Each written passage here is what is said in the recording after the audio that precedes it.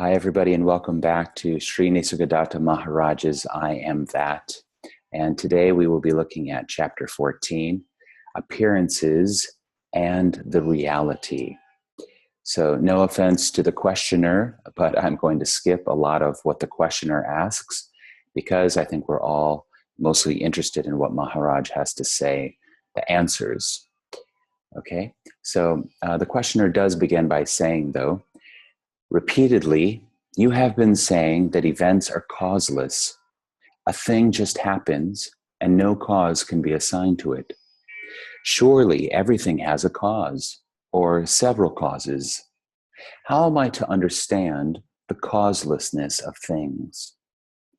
And Nisargadatta Maharaj answers and responds by saying, from the highest point of view, the world has no cause. Everything is uncaused. The world has no cause.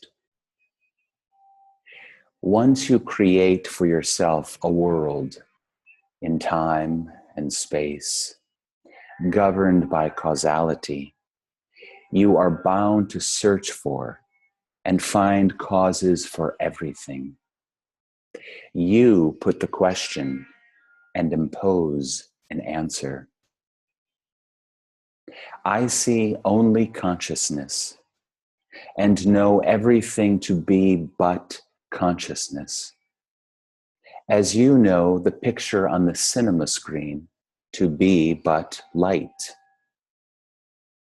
The light does not move at all. You know very well that the movement is illusory, a sequence of interceptions and colorings in the film. What moves is the film, which is the mind. Everything is interlinked, and therefore everything has numberless causes. The entire universe contributes to the least thing. A thing is as it is because the world is as it is. You see, you deal in gold ornaments, and I in gold. Between the different ornaments, there is no causal relation. When you remelt an ornament to make another, there is no causal relation between the two. The common factor is the gold. But you cannot say gold is the cause. It cannot be called a cause, for it causes nothing by itself. It is reflected in the mind as I am, as the ornament's particular name and shape. Yet all is only gold. In the same way, reality makes everything possible, and yet nothing that makes a thing what it is, its name and form, comes from reality. But why worry so much about causation?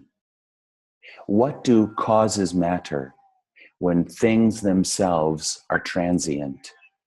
Let come what comes and let go what goes. Why catch hold of things and inquire about their causes? From the relative point of view, everything must have a cause. Of what use is the relative view to you? You are able to look from the absolute point of view. Why go back to the relative? Are you afraid of the absolute? And I think that's a wonderful place to stop. Are you afraid of the absolute? And I think the answer is sometimes, yes, we are afraid of the absolute.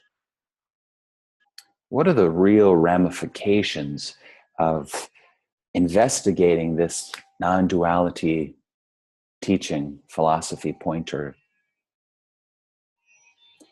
The ego, the me, You see, this is all about the death of me, the death of something that was actually never happening in the first place. But it seems pretty darn real while it is happening. And the me senses that. Of course, Nisargadatta and many people just come straight out and say, there is no me. You are not a person. Well, of course, the person is going to be very upset about this, and it will feel vulnerable. It knows that eventually its demise will occur. And yet, the very thing that the me is afraid of, it's the very thing that the me wants. It hasn't figured out how it's all going to work out, but the me says, hey, I want an end of suffering. I want to realize myself as the absolute supreme reality. But it hasn't quite figured out how it's going to remain and also disappear at the same time. For me, the remedy for this fear is just to realize that all there is oneness. Lately, these days, people a little bit have made the ego sort of like the witch. You know, there's an ego hunt. Where is the ego? You're speaking from your ego. Let's get the ego. But remember, in oneness, there are no problems. In oneness, there are no enemies. All there is oneness. God alone exists. Already, this is nothing appearing as everything. This is the absolute supreme reality. This is the Parabrahman. So whether or not there is a contraction, because that's what the me is an energetic contraction. It's not just a belief in separation, which all of us can attest to. It is the direct experience of feeling limited, contracted, as if the body is our container. And to feel this limitation and to be identified with name and form, that is the cause and root of suffering.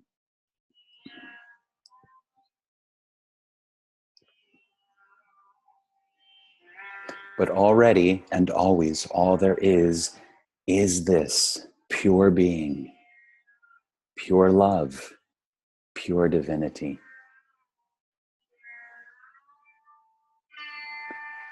I'd say for most of us, we just need to see that the ego is more of a process. It's more of a verb than a noun. Science can tell us that the brain is creating a sense of self. There's not actually a little person sitting in the brain with controls operating everything. In fact, it is said that a decision will be made, and then a few moments later, the me comes forward and says, I made that decision. So the me is really an afterthought. And the more we just see that, the more we relax and realize the truth of what is happening. And that's what this is about. What is the truth? What is the truth? What is the truth? What is the truth of what is happening? What is the truth of what is?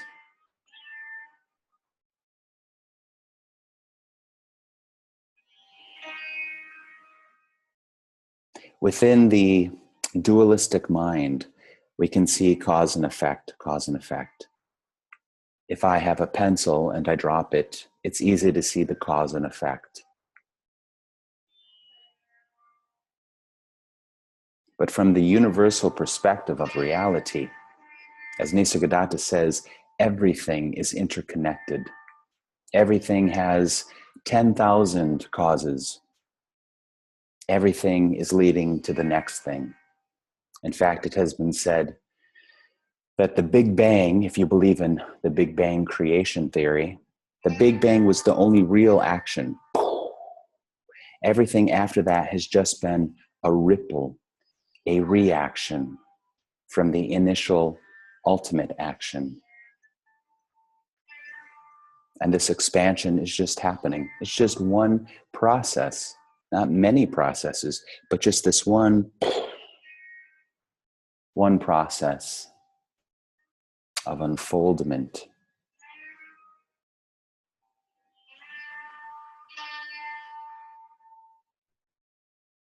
But as Nisargadatta has said, we create this world of time and space and causality. We see the pictures moving on the screen and we take them to be real. We identify with the characters in the story. That's me. That's who I am, this little limited character.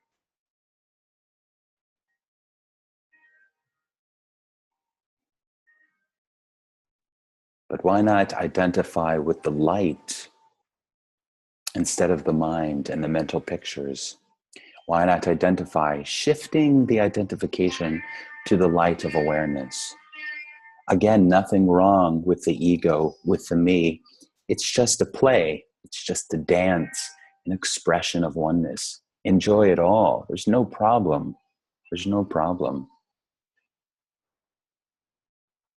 But this is in our earnestness, right? We are searching for that which is absolute and true and real. Because for many of us, that's all that will satisfy our heart. We want to go as deep as we can and as high as we can. And it doesn't mean that we have to be so serious and engage in all of these serious spiritual practices. That can be how it looks as well. But it can just be a joyful exploration of what is.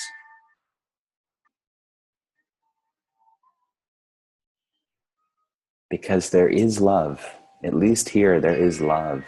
There is laughter.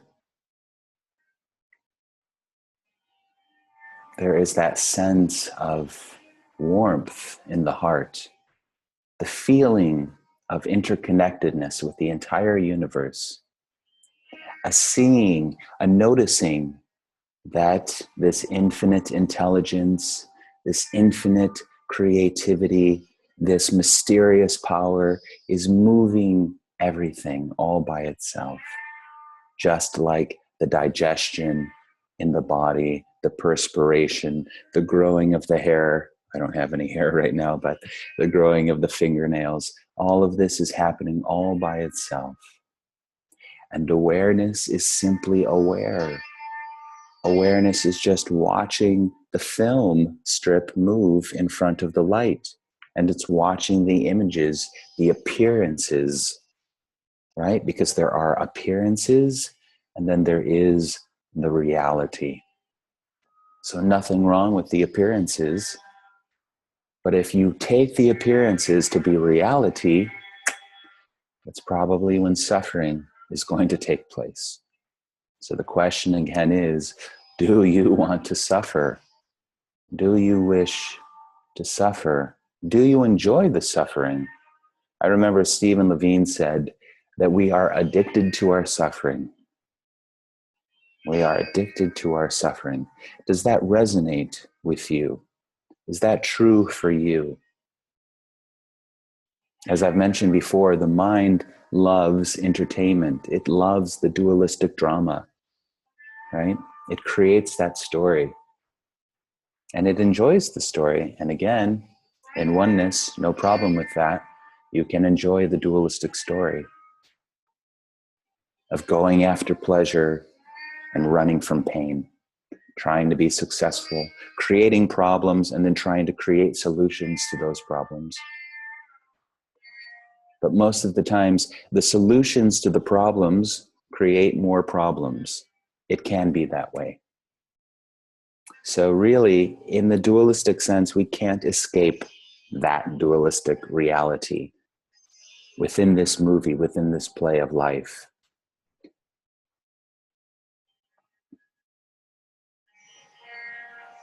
But day doesn't have a problem with night. One appears and then the other appears. They're not at war with each other. So even this duality, this appearance of duality, even though it appears to be, that duality itself is okay with the other part because there actually isn't duality. It's oneness appearing as duality. This is the one appearing as many.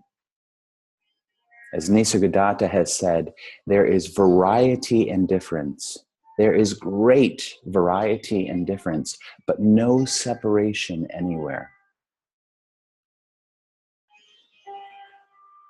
There is variety and difference, but no separation anywhere.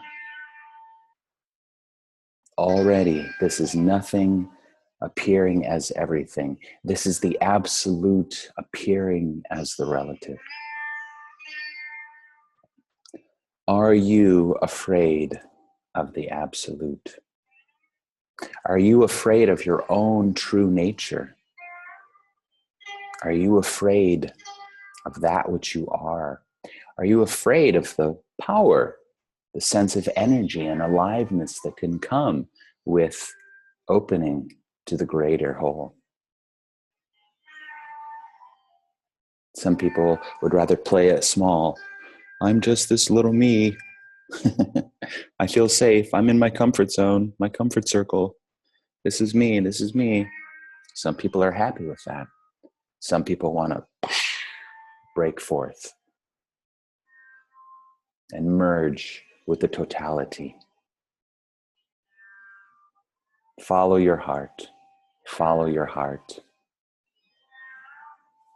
And allow the beloved to dance and express through you and throughout your whole life, basically. As Mahatma Gandhi said, your life is your message, right?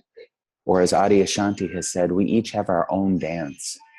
And you have to dance the dance that has been, let's say, given to you. Dance it well, dance it fully. Incorporate 100% of your being, body, mind, spirit. Every cell and fiber of your being, allow it to dance and express and move. And do everything with love in your heart. Love your life. Flood your life with love. That is the gift that you can offer humanity, is living your life with so much love. Everything you do, do it with love. Be love. Be good, do good, see good, be love, think love, express love. Be the light of the world. Be the salt of the earth. Don't be afraid of the absolute. Don't be afraid of what you are. Coraggio, have courage.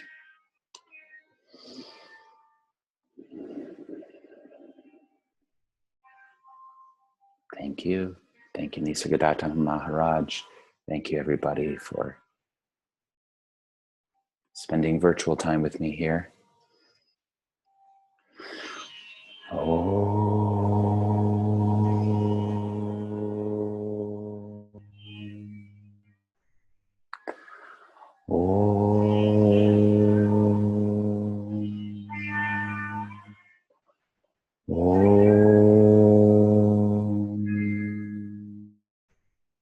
May all beings be free of suffering. May all beings be at peace. May all beings wake up and realize the light within them that is them. Realize that spark of divinity inside of your heart, inside of your mind, inside of your soul, however you want to articulate that.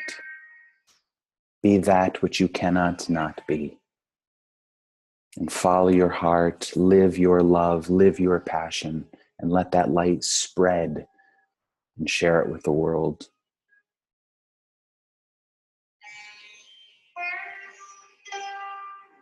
Peace. Peace on earth. Peace on earth.